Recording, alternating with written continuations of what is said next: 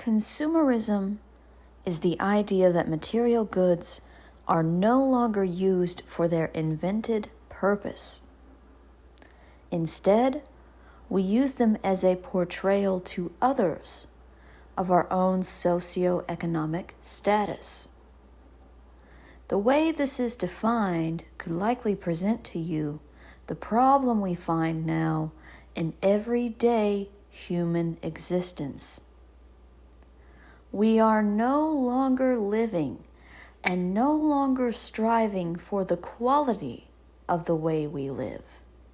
Rather, we do it for a small amount of finite prestige in the eyes of others. This greatly implies that many people do not have a functional, caring relationship with what they have whatsoever. They care only for the presumed idea that it is impressive in the eyes and the minds of others.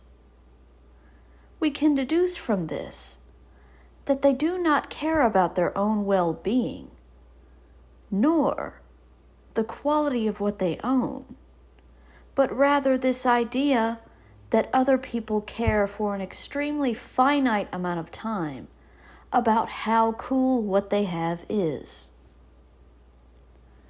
Can you imagine billions of people attempting to live this way on a daily basis? Billions of people shopping to make an impression or even just to comfort themselves forever? The working class are perpetually judged for the quality of their work.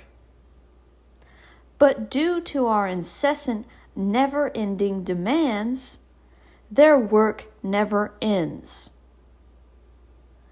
While they work to produce items to match the whims of our demands, day in and day out, they receive only menial wages, just enough to cover their rent, and maybe not even then. This idea of self-comfort converted into material, complex items that must be created and delivered on a daily, if not hourly basis, creates a black hole of impulsive and never-ending demand and control. If anywhere, material life belongs on the bottom rung of our physiological needs. It is the basis by which we must build the pyramid of our self-actualization. As the rungs go higher, as the pyramid goes higher, those rungs each become smaller. This means that the more fulfilled we are and the more we actually achieve for the self, the less room there is for junk that does not fit and ultimately does not matter to us once the company is gone. In order to keep the working class working to produce for our entirely whim-based ideas of needs and wants, it requires their constant exploitation. It demands that we must treat each other as machines, and we must not let the charade be revealed. The man who lives paycheck to paycheck in fear of losing his home will keep slaving to make sure it is never lost, no matter what the cost is. In basic terms, the menial laborer, who is, mind you, producing everything that we think we need to achieve the delusion, must constantly be subjected to means of psychological manipulation and borderline torture, such as constant price increases, artificial scarcity, and fear of workplace hierarchy, in order to force his agreement in an obviously unfair labor contract. Capitalism inherently cannot exist without this kind of alienation. we can't make it work if we stand up for ourselves. That's the absurdity of it. Laborers must forever and ever be paid less than the true value of what they create for you or give you.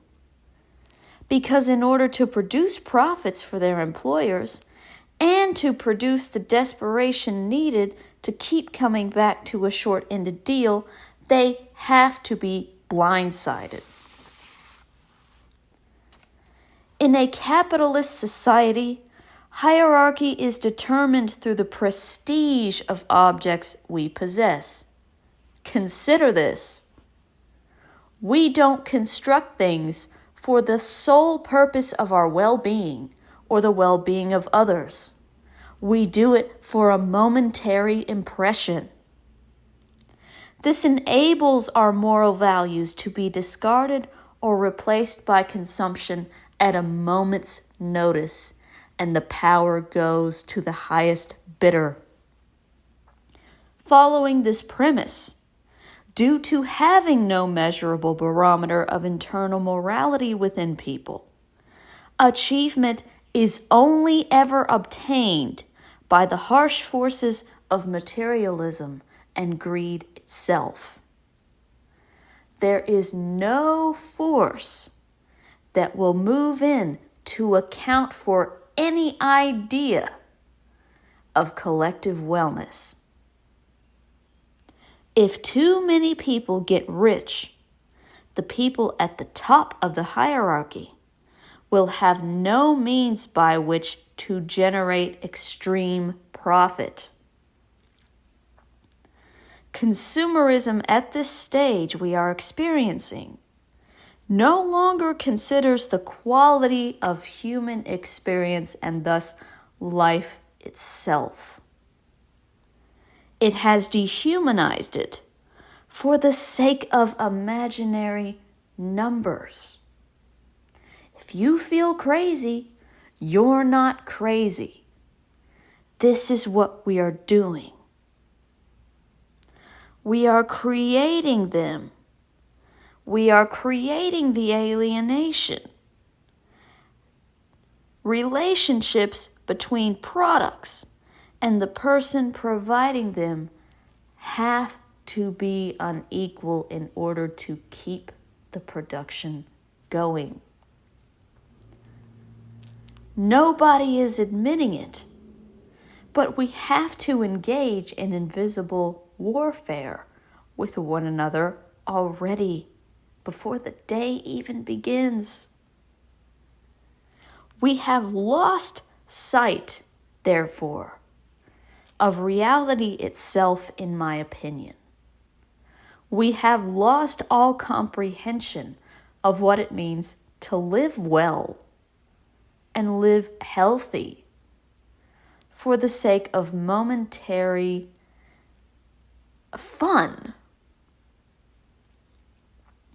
Instead, we have created the systems we have in place now, not for healing, not for wellness, not for human goodness. They are dysfunctional because they were built for only a couple of things. Those things are for seeking instant profit and instant gratification at all times, no matter who we have to take it from.